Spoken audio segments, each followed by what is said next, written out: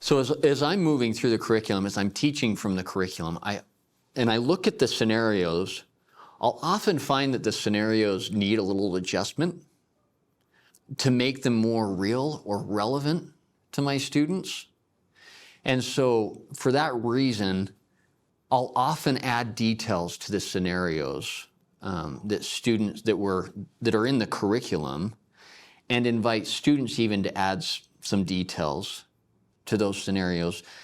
And I'll often ask questions like, okay, does this feel real to you? Can you relate to this situation? And if they say no, I'll say, okay, well, what can we do so that this becomes more real for you or more relatable? And sometimes it's a name change. Sometimes it's adding other details that create some texture for the story, for students to really feel like this is a real person, and so let's take it seriously. You have a dear friend named, let's say her name is? Albert. What? Her name's what? Lizzie. Lizzie. Okay? You and Lizzie are really good friends. Okay? You're really good friends. You've been friends for a long time. You talk a lot of texting, you know. Okay? And hanging out, right? You and Lizzie are good friends. Lizzie's an active member of the church. She goes to church every Sunday, in the seminary. Okay? But there are some things in Lizzie's life that she probably should be doing that she's not, that could help her be stronger. Like what? What might she not be doing as often as she could? She's not reading the scriptures. Okay, so maybe she's not reading scriptures. Or going to the temple. Okay, maybe the temple isn't really a part of her life. Anything else? Yeah, Daniel, and then Tyler.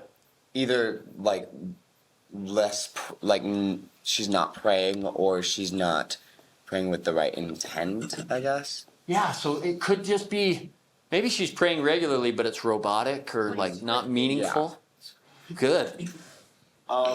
She doesn't think that she's getting anything from church. She's just going because her parents are. Yeah, so she has lots of questions because she's not, what am I writing here? She's not getting much out of it. She's not trying to find answers to her questions. Okay, so maybe her efforts are a little lackluster as far as finding answers to her questions. Or even she is putting in effort, but it's misguided. Say that again? She may be putting in effort, but it's misguided. Okay, or maybe, yeah, so it's lackluster or misguided. Okay, so you receive a text from Lizzie, okay? And her text says something like, I am super confused.